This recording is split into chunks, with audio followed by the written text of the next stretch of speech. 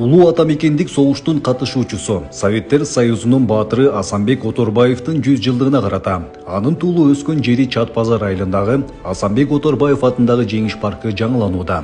Бул иштерди жүргүзүү үчүн Альянс Алтын өнүктүрүү фонду тарабынан 6 миллион сом каражат бөлүнүп, учурда паркта реконструкция иштери активдүү жүрүп жатат. Ушул жеңиш паркы азыр реконструкциясы башталган. Октябрь айынын ортолорунда башталды. Азыр жумуштун бир 30% бүтүп калды. Ортодон кар оорураак түшүп калып, ошого бир аз кармалып калды окшойт. Азыр мынакей заборун коюу иштери башталып атат.